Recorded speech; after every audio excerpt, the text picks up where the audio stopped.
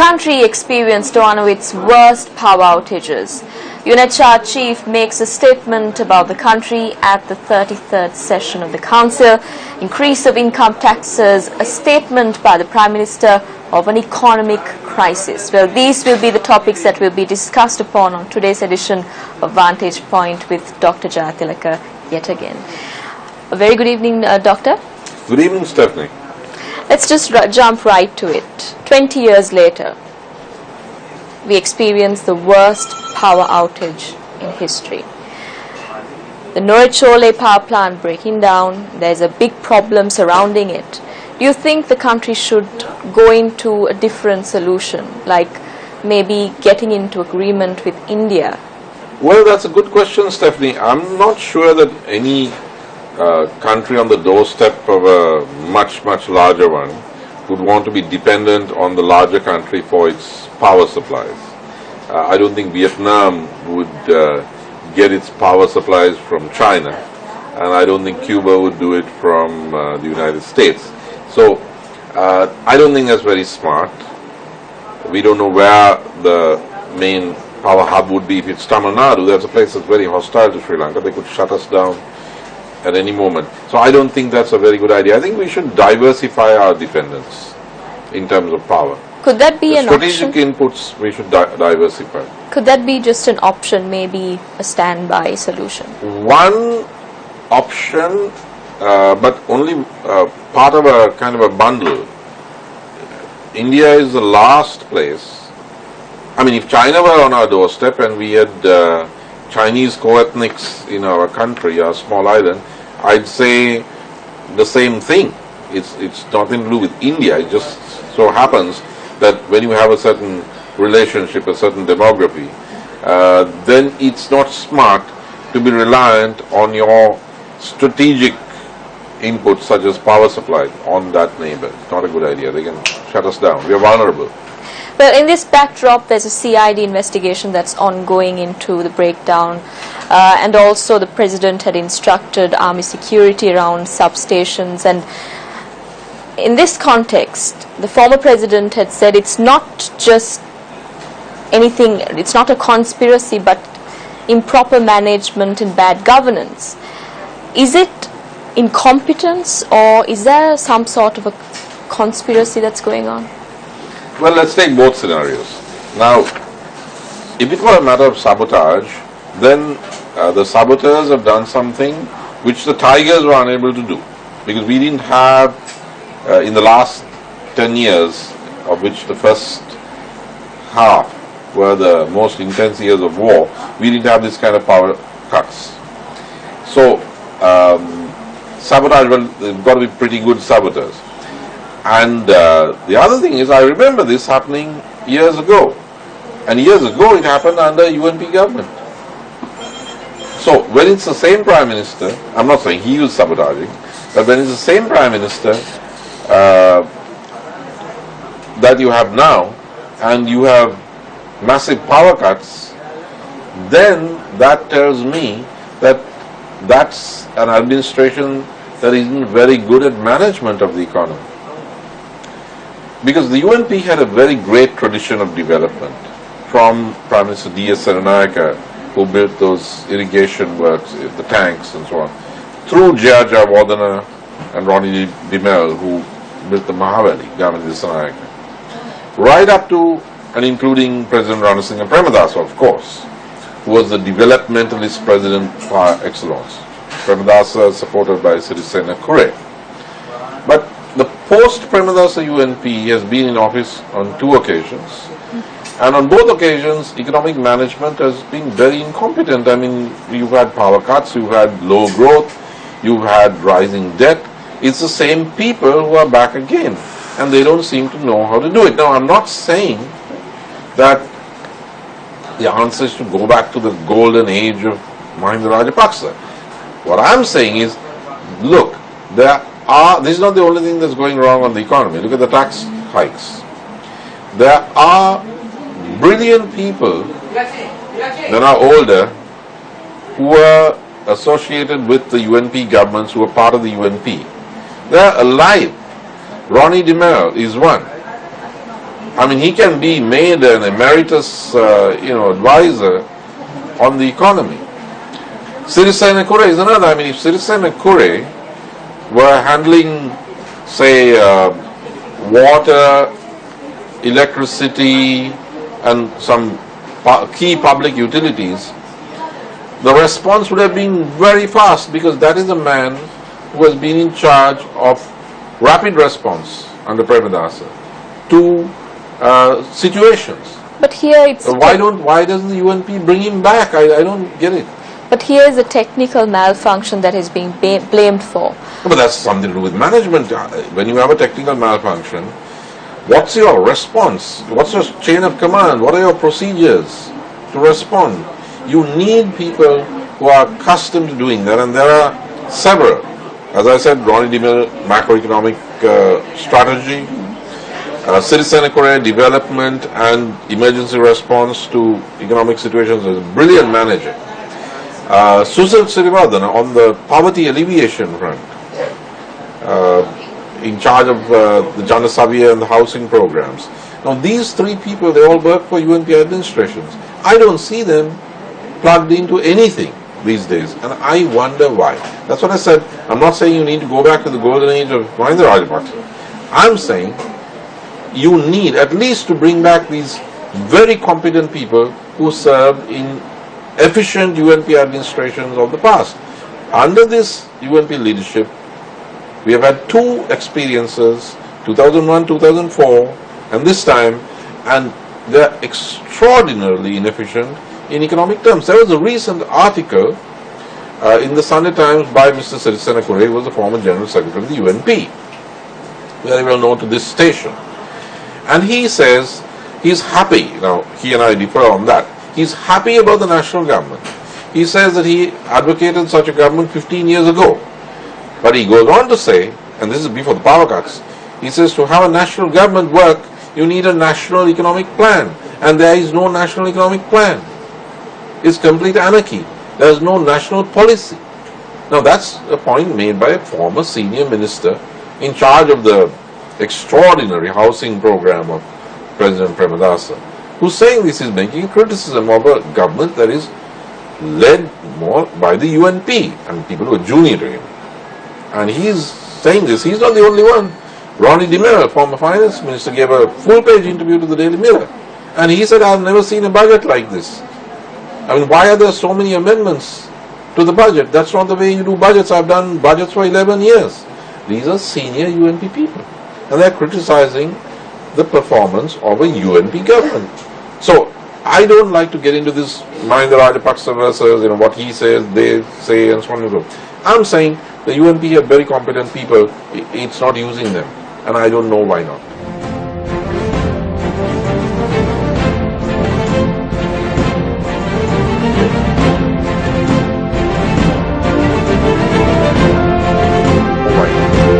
But speaking about officials, we saw the CEB chairman handing in his resignation, taking full responsibility for the power outage. It's not been accepted, right? It's not been accepted. And do you think there was a different reason for this as to why he wanted to step down? Is it merely because he took responsibility, or was there any other reason for it? I wouldn't like to speculate, but obviously the system is not working. And this is only one manifestation. You have peasants marching in the streets. You have doctors protesting. You have power going out. You have taxes, which you never expect from a UNP government. It's a disincentive to business. The system is not working. Something is wrong. Well, the previous government's debt is being blamed for, being cited as one of the reasons why taxes are being increased by the Prime Minister himself. What do you think about this? Yeah, well, I have a bit of a problem accepting many things that the Prime Minister says on the economy for one reason. They told us that the Chinese connection was bad and that the Rajapaksa administration was too dependent on China and they were going to China for everything.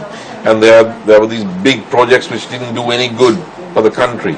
And now we know from Minister Malik Samaravikrama that the UNP is hoping that the Chinese come back and do exactly the same projects and do it twice as large. You know, they want the port city back. What about all the stuff they said about the port city? They want to expand the Colombo South Harbour. They want the Chinese to do that. They want to do everything the Rajapaksas wanted the Chinese to do and were doing with the Chinese, but more. They want to expand the Chinese projects in Hambantota. They want Mattala Airport, which was supposed to be a white elephant, made bigger. Why fatten a white elephant? And this is what the UNP is saying, having said the exact opposite about the economy and the development strategy of the Rajapaksa administration less than a year ago. So what am I to believe? What they said then or what they're saying now? About the debt, Mahinda Rajapaksa's response to that was, this new government in the last year has taken US$ 6,000 million worth of new debt and doesn't have a single new project to show for it. And he says that $6,000 million that they've taken, the new guys have taken in 1 year, could have built 2 port cities and expanded Mattala and Hambantota and all of that. So it's a huge amount of money. If debt is bad, why did they take $6,000 of new debt? And if they did take 6,000 million, I got it wrong, $6,000 million of new debt in 1 year. If they did that, what do they have to show for it? And if it is the Rajapaksa's foreign indebtedness that led to tax hikes, why didn't it happen then? You know, why is it happening now? Minister Ravi Karunaka had a tough time today on Singaporean television. He went to Singapore for the Sri Lanka Investment Forum. And Singaporean TV grilled him and said, you know, these taxes, surely they are a disincentive to business, which is true. I've never heard of a UNP government imposing more taxes, Stephanie. It's the SLFP and the left that's supposed to do that. The UNP government relieves business of tax burden, stimulates business through tax cuts.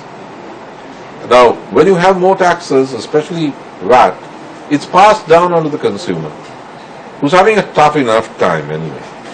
And when prices go up because of increased taxes, people tend to spend less.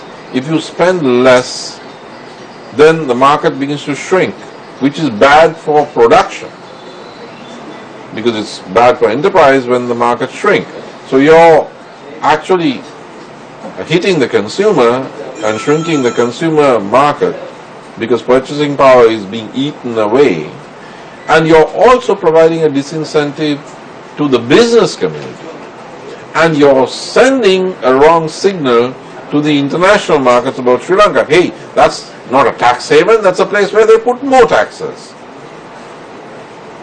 This is completely contrary to the traditional economic philosophy of the United National Party. I'm not talking about the SLFP here. You know, there's something really wrong. Since we're talking about the economic crisis, just as the Prime Minister had mentioned in his speech, what other ways could we tackle this whole problem with? Is there any other method we can employ to tackle this economic or often economic crisis? Well, as I said before, but I'll spell it out. Let's not get into this, was Rajapaksa better or worse, because it's going to be a slanging match, and so far the UNP government hasn't responded to President Rajapaksa's facts and figures on foreign debt. We are here now. We have to make this better for us all. And I've just named 3 people: Ronnie DeMel, Sirisena Kure, Susil Srivadhan, top UNP brains, technocrats. Give them, have a special task force, a high-powered, blue ribbon economic council, and put these 3 people in it.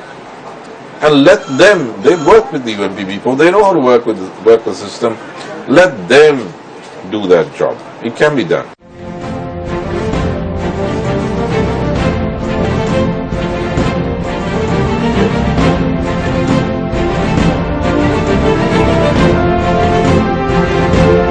Earlier we spoke about Chinese investments, and do you think it's too late for us to lean on to China once again?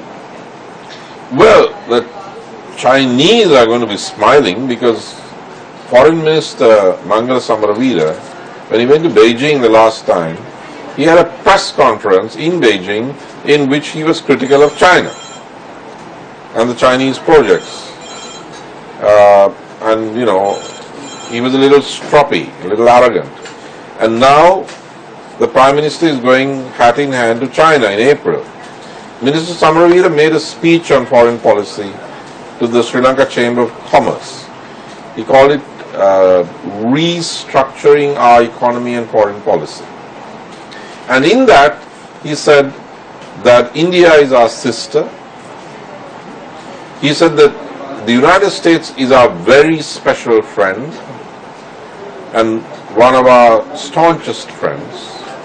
And then he mentioned China, and he said our traditional friendship with China. So China was downgraded to third place.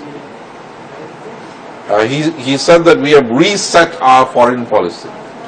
Now, Stephanie, our foreign policy did need recalibration.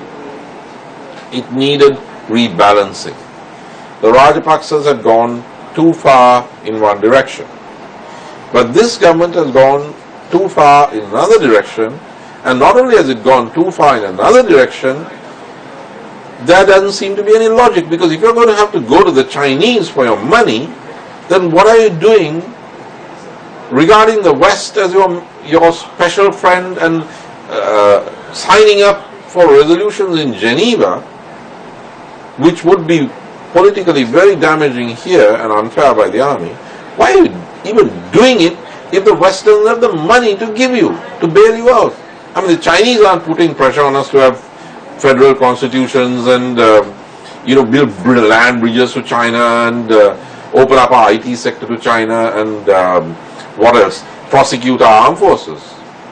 The West is, India is, but they're not giving the money. Well, the Indians are given some money. We are in debt to India as well. But if China is where you're going, once again, having crashed them, you're going and asking them, pretty please, can you come back and do all those projects you were doing? Then your foreign policy should reflect that reality. If your sister is India and your very special friend is the United States, then go ask them for money. Is it because United States is viewed as a country that has a lot of influence, especially in the United Nations Human Rights Council? Is that the reason why we want to lean on to them?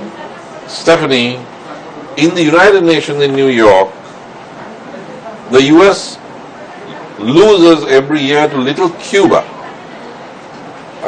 The last time there were 3 votes for the US in a resolution that the Cubans bring against the US, and the Cubans got 190 votes, including the vote of Great Britain. So the US, it will all depend on the issue.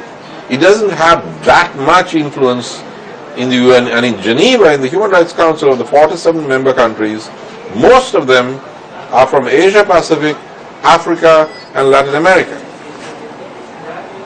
And frankly, when I served there, we beat the US. We got almost 2/3. And then it happened again in Paris in UNESCO over the entry of Palestine. You need 2/3 for a new member to be admitted. Secretary of State Hillary Clinton came over to Paris, I was there, and threatened UNESCO and said, we are going to cut off money if you allow the Palestinians to come in.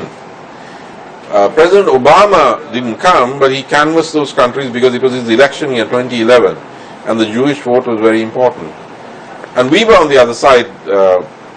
President Rajapaksa had spoken about the recognition of Palestine in New York. Minister Tisavitarna was there when I was involved in that. And we not only beat the Americans, we got more than 2/3. We needed only 2/3. In Paris and UNESCO, we got more than 2/3. So the US doesn't run either the UN General Assembly or the UN Human Rights Council in Geneva or UNESCO in Paris, which are the main UN bodies which vote. So if this foreign ministry and foreign minister think that is because of the US, well, they're wrong. And if the Chinese are giving the money, then your foreign policy should be far more balanced. And Minister Samaravira, in a curtain-raising speech just before Prime Minister Wickremesinghe goes to Beijing, shouldn't be listing China third, merely as our traditional friendship with China, and listing the US as a very special friend and India as the sister before that. Then the Chinese, they're going to wonder, why don't you go get your money from your sister or from your very special friend? Well, before we wrap today's program, I think we really need to touch on this topic of how the coalition government has taken up many projects to develop the urban areas of the country, but very little has been done for the border villages and the people who live there. We saw it, and we had first-hand experience while on our way on the Come at the Door-to-Door initiative, I see. and we found out many villages are struggling to even make their ends meet, even to get that 1 square meal a day. What do you think the government lacks in order to reach out to these people? Do you think the projects should be implemented in a way that we could reach out to the people at the grassroots level? Yes, I think two things are lacking. One is the entire issue of post-war Sri Lanka is seen in political and constitutional terms. It's all about, let's devolve more, let's devolve less, let's have a new constitution. It's not about the people on the ground. Now, the leader of the opposition of the Northern Provincial Council, Mr. Thavaraja, has criticized the Provincial Council Chief Minister on the grounds that there's a lot of money that the Provincial Council has been given, but that the Provincial Council is deliberately not spending that money on those areas because they want to perhaps give the impression that the people are suffering and starving, which they probably are in some places. But the reason is that the Northern Provincial Council doesn't want to spend the development money that it has. So those are two problems. One is the government here is thinking about these grand constitutional changes, but not about the livelihoods and lives of the people. Sinhala, Tamil, Muslim, all over the country.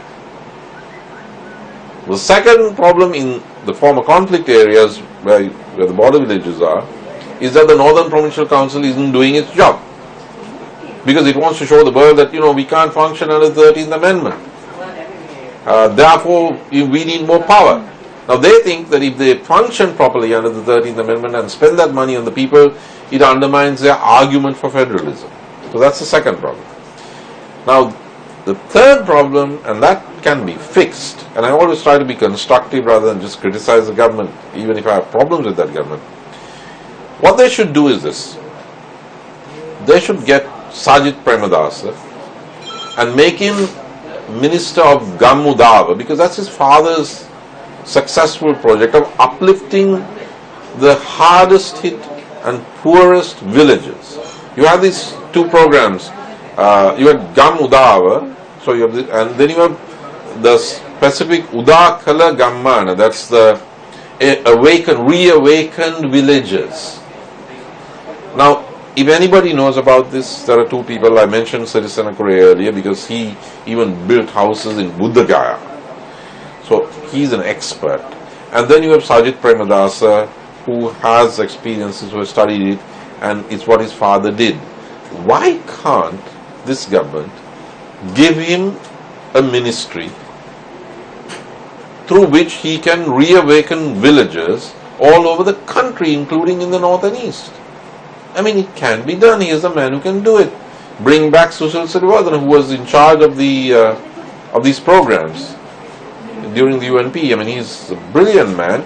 He's a cousin of President Kumaratunga on SWRD Bananaga's side. I mean, bring these people together, restart the Gamudava program, and uplift the lives and the circumstances of the people in the villages, starting with, as President Premadasa used to say, the poorest of the poor. Thank you very much, Dr. Jayathilaka, for joining us today on Vantage Point.